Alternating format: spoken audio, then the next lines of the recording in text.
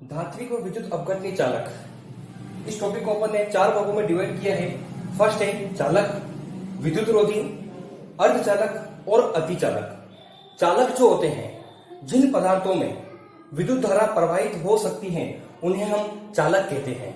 चालकों को भी अपन ने 2 भागों में डिवाइड किया है। एक है धात्विक चालक और एक है विद्युत अपघटनीय चालक। धात्विक चालक वो होते हैं जिनमें इलेक्ट्रॉनों के प्रवाह के कारण विद्युत का चालन होता है और ये धातुओं में होती है। धातु जितने भी है अपने पास, जैसे कॉपर है, एल्यूमिनियम है, आयरन है। आपने देखा होगा अपने घरों में जो भी वायरिंग होती है, पंखे की, लाइट की, जितनी भी वायरिंग होती है वो कॉपर की होती है। या फिर मोटर वगैरह है, जो फ्रिज वगैरह, जिनमें हम एल्यूमिनियम के वायरों का यूज करते हैं। क्यों?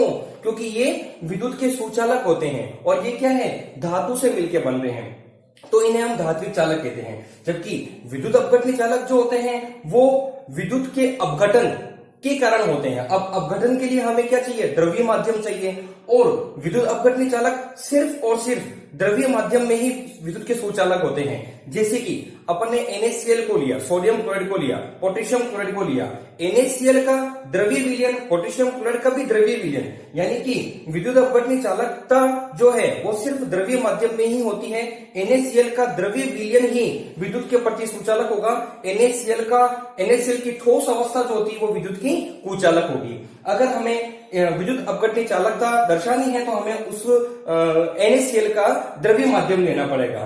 तो अब इन दोनों में क्या फर्क है, धात्विक चालक में, विद्युत अपघटनीय चालक में? धात्विक चालक जो होती है वो इलेक्ट्रॉनों के प्रवाह के कारण होती है, जबकि विद्युत अपघटनीय चालकता जो है वो आयनों के प्रवाह के कारण होती है। मैंने अभी आपको बताया धात्विक चालक धातुओं में होती है और अपन जानते हैं धातु के अंदर संयोजकता अगर अपन निकालते हैं, उनका इलेक्ट्रॉनिक विन्यास अगर अपन निकालते हैं तो उनके बाहरी कोश में हमें 1 या 2 इलेक्ट्रॉन जो है वो मुक्त अवस्था में हमें मिलते हैं। तो धात्विक चालकता इलेक्ट्रॉनों के कारण होती है और विद्युत अपघटनीय चालकता आयनों के कारण होती है। मैंने भी आपको बताया विद्युत अपघटनीय चालक हमें द्रव्य माध्यम में चाहिए और द्रव्य माध्यम होगा तो द्रव का क्या होगा, विघटन होगा, और विघटन होगा तो क्या बनेंगे, आयन बनेंगे। तो विद्युत अपघटनीय चालकता आयनों के कारण होती है।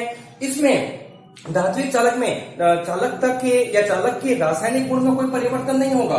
क्यों? क्योंकि ये तो इलेक्ट्रॉन के कारण हो रही है। और विद्युत अपघटनीय चालक में रासायनिक गुण में, द्रव के रासायनिक गुण में या विद्युत अपघटय के रासायनिक गुण में परिवर्तन होगा। क्यों? क्योंकि इसमें आयनों के रूप में क्या हो रहा है, द्रव्य जो है वो एक स्थान से दूसरे स्थान पर जा रहा है, इसलिए इसमें रासायनिक गुण में परिवर्तन होगा। इसमें जो होता है वो द्रव्य का स्थानांतरण नहीं होता। द्रव्य का स्थानांतरण इसमें नहीं होता क्योंकि इसमें तो आयन का रोल है, और इसमें जो है वो द्रव्य का स्थानांतरण होता है क्योंकि इसमें आयन स्थानांतरित हो रहे हैं। इसमें जो है वो ताप को बढ़ाने पर, धात्विक चालकता जो है ताप को बढ़ाने पर इसकी चालकता कम हो जाती है, जबकि विद्युत अपघटनीय चालकता में ताप को बढ़ाने पर चालकता बढ़ जाती है। क्यों? क्योंकि आयन जो होते हैं वो तीव्रता से गमन करने लग जाते हैं। इसकी धात्विक चालकों की चालकता मुख्य रूप से अधिक होती है, जबकि विद्युत अपघटनीय चालकों की चालकता मुख्य रूप से कम होती है।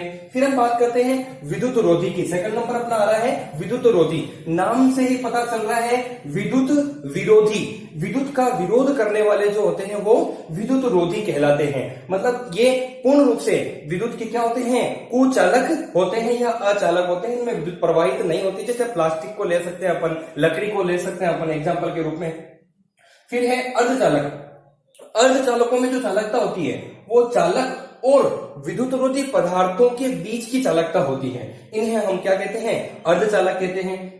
फिर है 4th नंबर हमारे कौन है, अतिचालक। इनमें प्रतिरोधकता क्या होती है, शून्य होती है। प्रतिरोधकता मतलब कि विरोध बहुत कम होगा, इलेक्ट्रॉनों के प्रवाह का विरोध बहुत कम होगा, यानी कि प्रतिरोधकता का मान शून्य है। और चालकता जो होती है वो इसमें क्या होती है, अनंत होती है, बहुत अधिक चालकता होती है। कुछ मिश्र धातु और धातु जो है वो इसके एग्जाम्पल के रूप में हमें इसमें अतिचालक में ले सकते हैं। विद्युत अपघटय ऐसे पदार्थ जो द्रव अवस्था में या अपनी गलित अवस्था में ही विद्युत धारा का चालन करते हैं, वे विद्युत अपघटय कहलाते हैं। विद्युत अपघटय 2 प्रकार के होते हैं, एक प्रबल विद्युत अपघटय और दूसरा दुर्बल विद्युत अपघटय। प्रबल विद्युत अपघटय वो होते हैं जो अपनी द्रव अवस्था में पूर्ण रूप से आयनों में वियोजित हो जाते हैं, जैसे NaCl या KCl या HCl।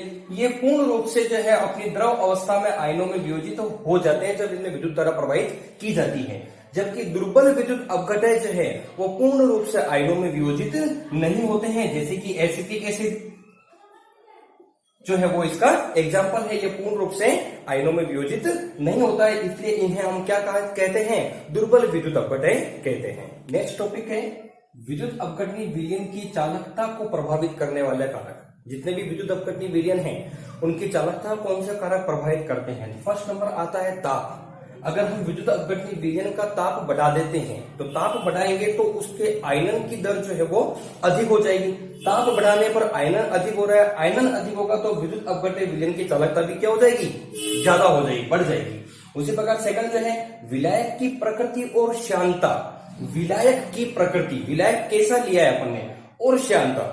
श्यानता क्या होता है पहले बताता हूं। श्यानता है द्रव के प्रवाह की दर जो है वो श्यानता है, या द्रवों में प्रवाह का जो गुण है उसको हम श्यानता कहते हैं। तो विलायक की प्रकृति और श्यानता।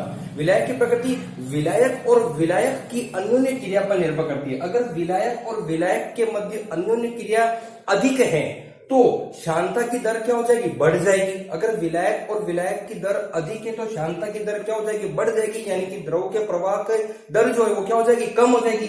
अगर इन दोनों के मध्य अन्योन्य क्रिया, विलायक और विलायक के मध्य अन्योन्य क्रिया अधिक है तो श्यानता कम हो जाएगी। श्यानता कम हो जाएगी द्रवों के प्रवाह की दर कम हो जाएगी, और द्रवों के प्रवाह की दर कम हो जाएगी तो आयनों के प्रवाह की दर कम हो जाएगी, और आयनों के प्रवाह की दर कम हो जाएगी तो उसमें चालकता क्या हो जाएगी, कम हो जाएगी।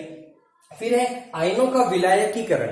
आयनों का विलायकीकरण विलायक और विलय और विलायक। आयनों का विलायकीकरण विलय और विलायक की अन्योन्य क्रिया पर निर्भर करता है। अगर विलय और विलायक दोनों के मध्य अन्योन्य क्रिया अधिक है तो उनमें विद्युत की चालकता क्या हो जाएगी, चालकता प्रवाह क्या हो जाएगा, कम होगा। यानी कि चालकता की दर उसमें कम होगी।